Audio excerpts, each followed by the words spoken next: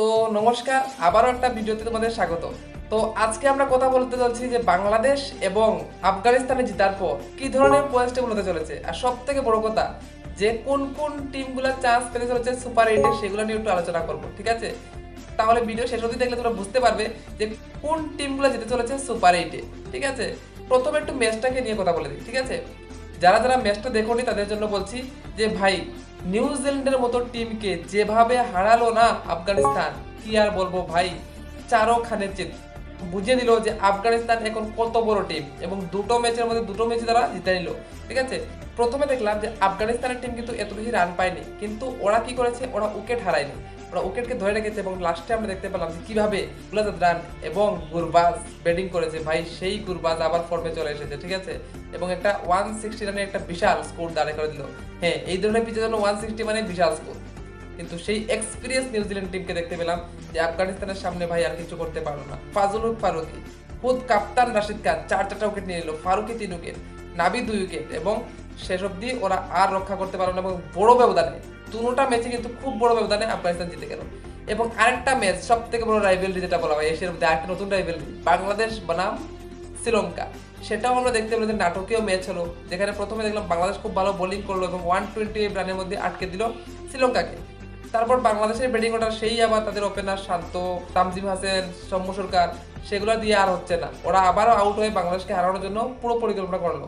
কিন্তু সেই জায়গায় বলবো লিটন দাস এবং তাহিদ হৃদয়ের সেই পার্টনারশিপ, ওরা দুজন যেভাবে ব্যাটিং করলো, বিশেষ করে তহিদ হৃদয় যে 4টা ছক্কা হাঁকালো এবং একটা 4 হাঁকালো, সেটাতেই ভাই ম্যাচ এক ধরনের ফ্রেশ করে দিল। কিন্তু বলে না বাংলাদেশের ম্যাচ হবে আর রোমাঞ্চ হবে না, আবারও সাকিবুল হাসান জিতা ম্যাচের মধ্যে কি করলো, আউট হয়ে টিমটাকে আবার বিপদে বলে চলে গেল। কিন্তু সেখানে ছিল কে, মাহমুদুল্লাহ, এবং মাহমুদুল্লাহ 19 ওভারে শেষ বলে ম্যাচটাকে ফিনিশ করে দিল। তো চলো এবার যাওয়া যায় পয়েন্টস টেবিলের দিকে, ঠিক আছে? পয়েন্টস টেবিলের গ্রুপ যদি বলি, গ্রুপ এ তে রয়েছে নাম্বার 1-এ রয়েছে ইউএসএ। তোমরা ভাবতে পারছো নাম্বার 1-এ ইউএসএ রয়েছে, দুটোর মধ্যে দুটো ম্যাচই জিতেছে ইউএসএ, ঠিক আছে? এবং নাম্বার 1-এ রয়েছে। নাম্বার 2-তে রয়েছে ইন্ডিয়া, একটার মধ্যে একটা ম্যাচ জিতেছে, ঠিক আছে? তারপর নাম্বার 3-তে রয়েছে কানাডা, যেখানে দুটো ম্যাচ খেলেছে এবং একটা ম্যাচই জিতেছে। নাম্বার 4-এ রয়েছে পাকিস্তান, যেখানে একটা ম্যাচ খেলেছে এবং একটা ম্যাচ হেরেছে, তাও ইউএস এর সাথে। 5 নাম্বার রয়েছে আয়ারল্যান্ড, যেটা আমরা দেখতে পেলাম ভাই আয়ারল্যান্ডও দুটোটা ম্যাচ হেরে গেল, ইন্ডিয়ার সাথে তো হারলো আলো, সাথে কানাডার সাথেও হেরে গেল। সেটা কি হচ্ছে ভাই? তো এবার যদি বলি গ্রুপ এ থেকে কোন দুটা টিম যেতে চলেছে সুপার এইটে, তো সেটার মধ্যে সব থেকে বেশি সম্ভবত ইন্ডিয়ার, সবাই জানা আছে ইন্ডিয়া তো যাবেই যাবে, ঠিক আছে? তার সাথে কিন্তু চান্স হয়ে গেছে ভাই ইউএসএরও। যদি ইউএসএ আয়ারল্যান্ডকে হারিয়ে দিতে পারে, তাহলে কিন্তু ইউএসএ চলে যাচ্ছে, পাকিস্তান যাচ্ছে না, ঠিক আছে? এটা একটা বড় চমক হবে যদি পাকিস্তান না যেতে পারে, ঠিক আছে? গ্রুপ এতে এবার চলে আসি গ্রুপ বিতে। গ্রুপ বিতে নাম্বার 1 রয়েছে স্কটল্যান্ড, ওরা দুটো ম্যাচের মধ্যে একটা ম্যাচ জিতেছে এবং ইংল্যান্ডের সাথে ম্যাচটা কিন্তু ড্র হয়ে গেছিল, যার কারণে ওরা 3 পয়েন্ট নিয়ে নিয়েছে, ঠিক আছে? তার অস্ট্রেলিয়া একটা ম্যাচ খেলেছে এবং সেই ম্যাচটা ওরা জিতে নিয়েছে, ঠিক আছে? এবং ওদের সাথে কাছে রয়েছে 2 পয়েন্ট। নাম্বার 3-তে রয়েছে নামিবিয়া, এখানে নামিবিয়া একটা ম্যাচ জিতেছে এবং একটা ম্যাচ হেরেছে, ঠিক আছে? নাম্বার 4-এ রয়েছে ইংল্যান্ড, ইংল্যান্ড একটা ম্যাচ খেলেছে কিন্তু সেটা ড্র হয়েছিল, যার কারণে 1টি পয়েন্ট রয়েছে। এবং নাম্বার 5-এ রয়েছে ওমান, যেখানে ওমান আমরা দেখতে পেলাম কি, যে ওমান দুটোর মধ্যে দুটোটা ম্যাচই হেরে গেছে। তো এখান থেকে তো ক্লিয়ার বোঝা যাচ্ছে যে ইংল্যান্ড এবং অস্ট্রেলিয়া যেতে চলেছে ভাই সুপার এইটে, এখানে কোনো দ্বিধা নেই। ইন্টারেস্টিং তো হচ্ছে ভাই গ্রুপ সিতে, এটা হচ্ছে দেখার বিষয়, ঠিক আছে? গ্রুপ সিতে রয়েছে নাম্বার 1-এ আফগানিস্তান, যেখানে দুটোর মধ্যে দুটোই ভাই শানদারভাবে জিতেছে, ঠিক আছে? এবং নাম্বার 2-তে রয়েছে ওয়েস্ট ইন্ডিজ, যেখানে একটা ম্যাচ ওরা পাপুয়া নিউগিনির সাথে জিতে গেছে। নাম্বার 3-তে রয়েছে ইউগান্ডা, যেখানে দেখতে হলে ইউগান্ডাও দুটোর মধ্যে একটা ম্যাচ জিতে নিয়েছে। নাম্বার 4 রয়েছে পাপুয়া নিউগিনিয়া, ওরা দুটো ম্যাচ খেলেছে এবং দুটোটাই হেরে গেছে। নাম্বার 5-এ রয়েছে নিউজিল্যান্ড, নিউজিল্যান্ডের টিম ভাই একটা ম্যাচ খেলেছে এবং সেটা হেরে গিয়েছে, তাও আফগানিস্তানের সাথে।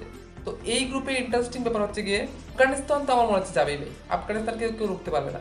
এই গ্রুপ থেকে আফগানিস্তান তো থ্রো করছে, এবার নিউজিল্যান্ড এবং ওয়েস্ট ইন্ডিজের মধ্যে কোন টিমটা জিতে চলেছে সেটাই দেখার বিষয়।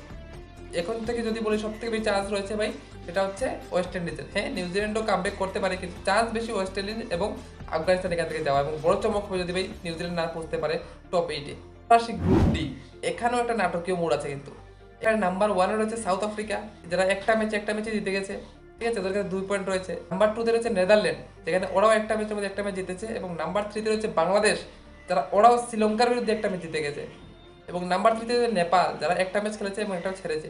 কিন্তু সবথেকে মজার ব্যাপার, শ্রীলঙ্কা দুটো ম্যাচ খেলেছে এবং প্রথম দুটো ম্যাচ ছিল সাউথ আফ্রিকা এবং বাংলাদেশের সাথে, এবং দুটোটা ম্যাচই হেরেছে, যার কারণে এখান থেকে দেখা যাচ্ছে যে শ্রীলঙ্কার যাওয়ার চান্সটা অনেক কম হয়ে গেছে। যদি না বাংলাদেশ নেদারল্যান্ডের লোকে হেরে যায়। যদি নেদারল্যান্ডে হেরে যায় তাহলে কিন্তু আবার শ্রীলঙ্কার চান্স হতে পারে। তো দেখার বিষয় বাংলাদেশ সামনের ম্যাচগুলো কীভাবে খেলে। যদি ওরা সাউথ আফ্রিকার সাথে হেরেও যায় তাহলে কিন্তু ওরা থ্রো করতে পারবে, যদি নেদারল্যান্ড এবং নেপালকে ওরা হারিয়ে দিতে পারে। তো বাংলাদেশের জন্য একটা সুবর্ণ চান্স রয়ে গেছে, ঠিক আছে। তো গ্রুপ এ থেকে ভাই আমরা মনে করেছিলাম পাকিস্তান এবং ইন্ডিয়া যাবে, কিন্তু এখান থেকে দেখা যাচ্ছে যে না, ইউএসএ এবং ইন্ডিয়া যেতে পারে। গ্রুপ বি থেকে আমরা ভাবছি যে ইংল্যান্ড এবং অস্ট্রেলিয়া যাবে এবং সেটাই হবে, কিন্তু গ্রুপ সি থেকেও দেখা যাচ্ছে আমরা ভেবেছিলাম যে নিউজিল্যান্ড এবং ওয়েস্ট ইন্ডিজ হতে যেতে পারে, কিন্তু না, ওয়েস্ট ইন্ডিজ এবং নিউজিল্যান্ড থেকে একটি টিমই যাবে এবং সাথে আফগানিস্তান যাবে।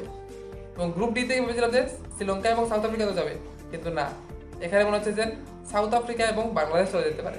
কোন টিমগুলো যেতে পারে, তোমাদের কি মনে হয় কোন টিমগুলা সুপার এইটে যেতে পারে? আরও কি বড় বড় আপসেট দেখতে পাবো আমরা? এটা কমেন্টে বলে দিও। ভিডিও ভালো লাগলে ভিডিও লাইক করে দিও, আর চ্যানেল নতুন চ্যানেলটা সাবস্ক্রাইব করে বেল আইকন দাবিয়ে দিও। তাহলে দেখা হচ্ছে একটা ভিডিও, বাই বাই।